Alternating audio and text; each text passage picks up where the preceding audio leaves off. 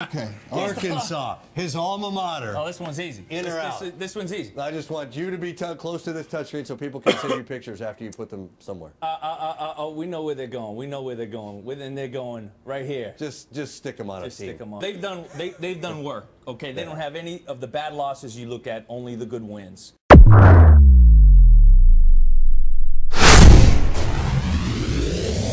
What is going on? Arkansas Razorback basketball fans, SEC fans everywhere, welcome. This is, of course, the Pig Trail Network. For those of you who are new, at the end of the video, I need you to do some things for me. Like, comment, share the content, and, of course, if you haven't already, feel free to tap the subscribe button down below. Don't forget the little bell, the little reminder bell button down there somewhere. Click it. That way you'll know immediately as soon as the video goes live. If the season ended tonight or yesterday and you're on the panel to put teams in from the SEC into the NCAA tournament, would you put the Razorbacks in?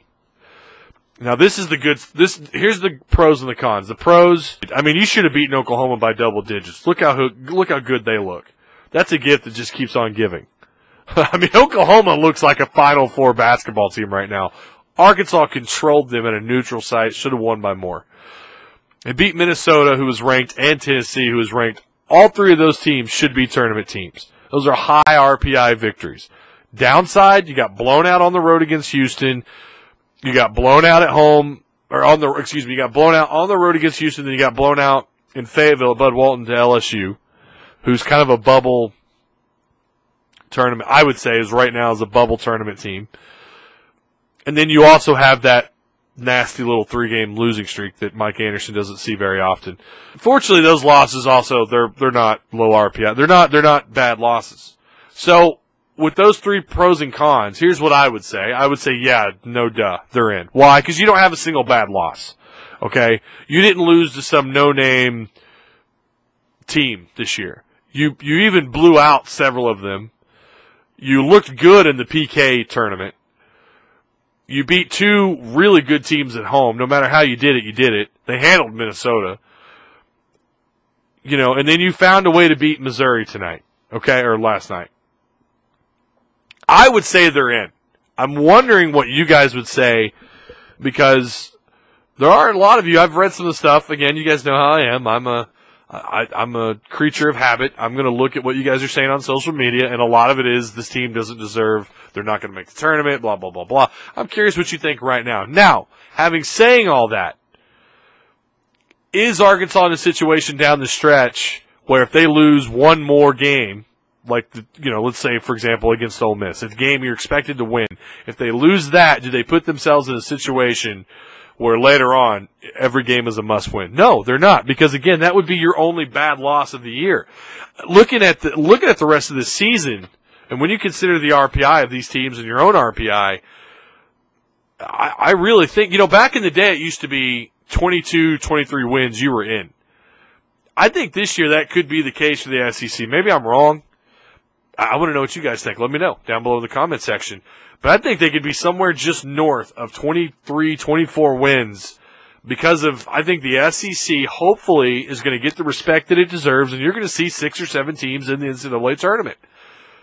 Like the actual NCAA tournament, not our little pretend one we have here where it ended tonight. You still got a lot of basketball. And that's the good thing about all this, is there's still a lot of basketball left to play. Anything could happen. These teams that are thought really highly of at home or on the road, whatever, could be really bad. Fortunately for Arkansas, you got to go on the road against Florida on the 17th here in just a couple of days. But then you get to come home against Ole Miss, and then you go on the road against Georgia, 2 games I think Arkansas could win. And then you come back home against Oklahoma State. That's going to be tough. That's a Big 12 opponent. To me, looking at a Big 12 opponent in basketball is the same as a non-conference opponent looking at an SEC team in football. Like, oh, crap, there's an SEC. So I think you got to give the same amount of respect to any Big 12 team that you're about to play, whether at home, neutral site, or on the road. Keep in mind, though, if they beat Oklahoma State, that's 2-0 against the Big 12. If they find a way to beat Oklahoma State, that's 2-0. Against one of the elite conferences in college basketball, if they do it. Nothing's a given. And right now, honestly, if I was betting my own money, I would probably take Oklahoma State. But a lot can happen. Now, I know right now it seems like Arkansas's engine check light is on. You have no idea what's really wrong with this basketball team, but I think they should have handled Mizzou. They were up 18 points. 18 points.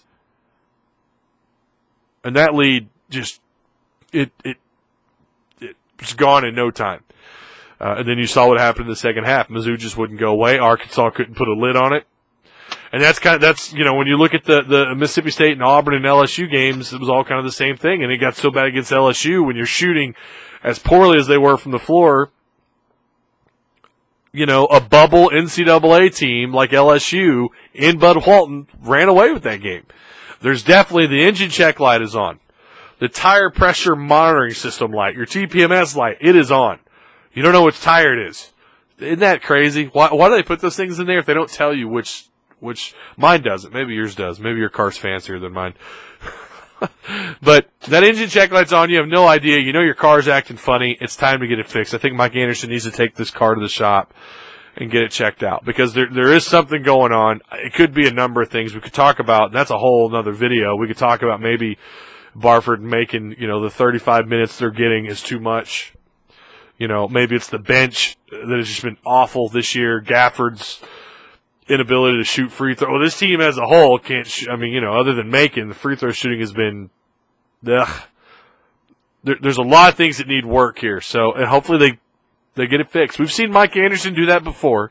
We've seen him make some changes. We saw a little bit of a roster change yesterday. We saw him do a couple things different that we haven't seen. The roster was, coming out with Hall and benching Macon. That may have just been the because who they were playing, I don't know. Maybe we'll see more of that. Maybe we'll see more of Hall. Did you see the way this team came out and played? The first, in the first half for the most part. Again, we talked about that lead they had in the first half. They came out on fire.